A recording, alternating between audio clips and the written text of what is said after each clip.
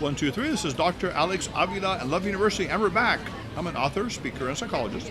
Every week we talk about how to love ourselves, others, and higher nature, how to improve our life. And we're here live at the Miami Book Festival. I can smell the delicious food in the air, the Cuban food, the coffee, people walking around here having a great time, fans, and we have a wonderful guest, right? She's sitting next to me, Andrea Bartz. Andrea is a Brooklyn-based magazine editor, freelance journalist, reporting on travel, psychology, lifestyle health.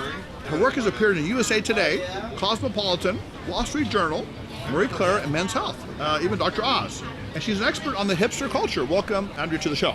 Thanks so much for having me. Now, what is a hipster now?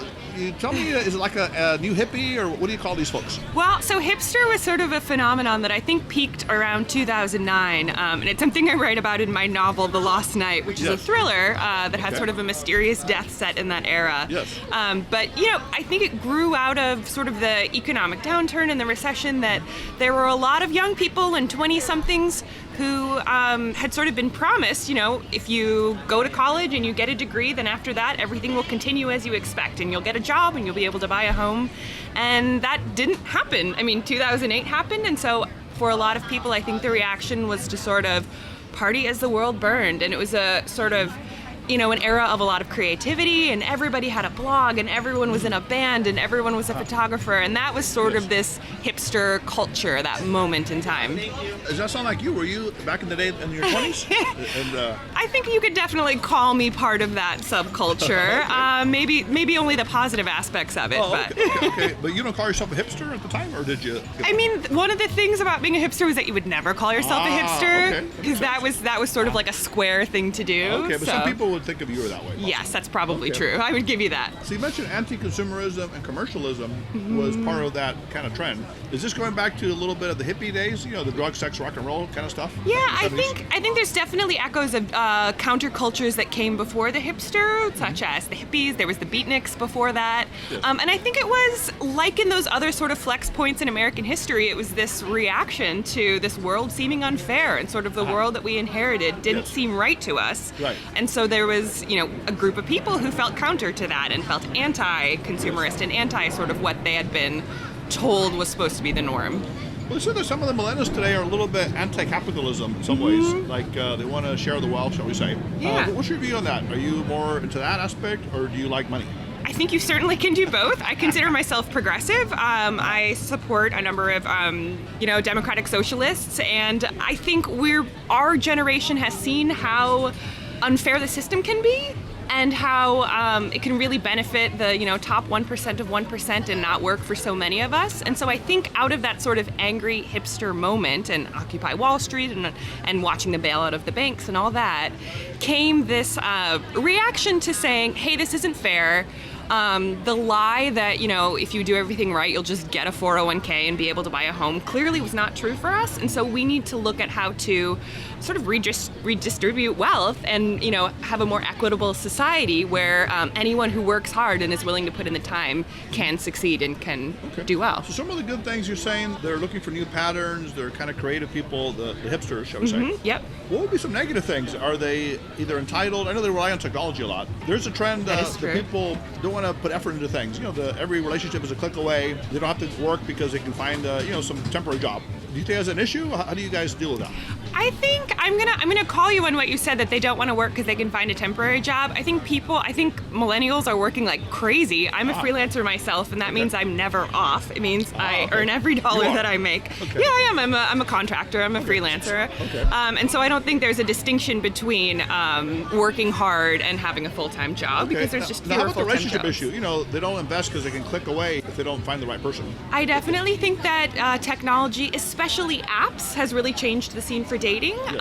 And I don't think that that's necessarily like the hipsters' fault. I think that's just. So you're a hipster. You're kind of defending them. A little bit. And you asked what's the negative side, and I would say back in especially 2008, 2009, when this was a huge trend, they were very, very, very negative, and they sort of were defining themselves by hating on things. Like we hate capitalism.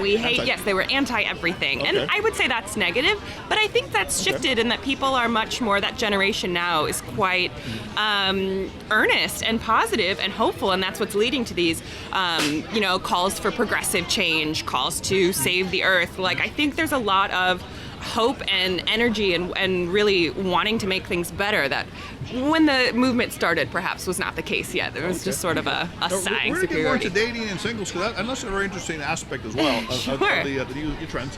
Now, you do have the book called The Herd, where you say you're inside an upscale workplace for women in New York City. Yeah. So what's going on in the Herd out there? Sure. So The Herd is going to be my second thriller. It's coming out in March 2020. Yeah. And it is about an exclusive all-female co-working space in New York City that's sort of rocked by the mysterious disappearance of his enigmatic founder, Eleanor. Yes. And it really goes deep for me on themes of commercial feminism, on themes of our sky-high expectations and demands for ambitious women, and sort of the impossible expectations we have for a society where women, a society that sort of keeps women down. Okay, interesting. So your fictional books have messages to them. Absolutely, yeah. Messages. As I think all good books do. Definitely. And also The Lost Night. Now, here's when you're in your 20s, and you said you're having a great life, you're looking ahead of things, the vastness of things. You miss those times. I look back on my early 20s with a very nostalgic air. There was something about that moment of being on my own for the first time in a big city and having these really close friends that it felt almost like a second adolescence. It was like everything was new and important and beautiful, and there's something beautiful about that. And I do look back and sort of miss all of the fun that we were having in just that period. Yes. All that said, like, you couldn't pay me enough to go back to being 23. I'm happier in my 30s when I'm more secure and less confusion and less identity. Exactly. I know myself now, and that couldn't pay me enough to go back. Now, sometimes people in New York and other places, singles have a hard time to say meeting the right person. What's going on? I mean, we have all these apps. What do you think is holding people back? I think actually the apps are part of the reason, as you mentioned before, that it is hard for people to be finding their soulmates. The gamification of dating, I think, really changed things once we moved from online dating, OkCupid and Match.com. Now we've really moved to app-based dating, where it's like hot or not. You see a photo and you're either yes or no interested. Yes. And so it sort of encourages, I think, people to not see the other human as a human. Exactly. And it sort of demands immediate satisfaction. So you go on a date, and if you aren't totally smitten with each other after 20 minutes, it's like, well, there's 800 other people in my app waiting, so forget that. And so I think people give each other less of a chance now that we're all sort of addicted to app-based dating, and that's a real pity, and it makes it harder. So actually, I have a book, Love Types, based on Myers-Briggs compatibility. So we actually have a dating masquerade party where people wear a mask and then they have their love type written on their shoulder. Okay. So it's like a different way to meet people from the inside out.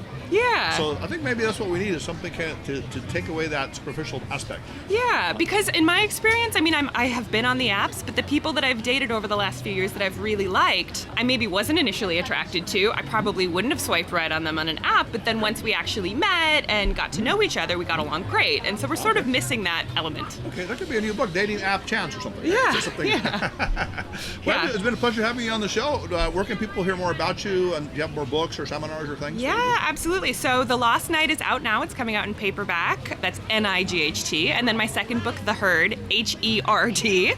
Apparently I only have homonyms in my titles. The Herd is coming out in March from Valentine. And people can find out more about me at AndreaBartz.com. That's AndreaBartz.com. And I'm on Instagram and Twitter at Andy Bartz, ANDIBARTZ. Now, you have a lot of great energy, but were you a nerd as a kid, by any chance? A nerd? Yes. 100%. Oh, okay, you were. Obviously. Okay, but you seem very sociable. How did you change? Because we have a lot of nerds that listen to us on the show. Yeah. People. I think part of what I was saying about moving from your 20s into your 30s, I think you just find your tribe, and I found my awesome, beloved, creative family here in New York, and then you realize people are happiest when you're just embracing your nerddom and letting your freak flag fly. She heard you. Here's my nerd producer, right? See what you just said? Yeah.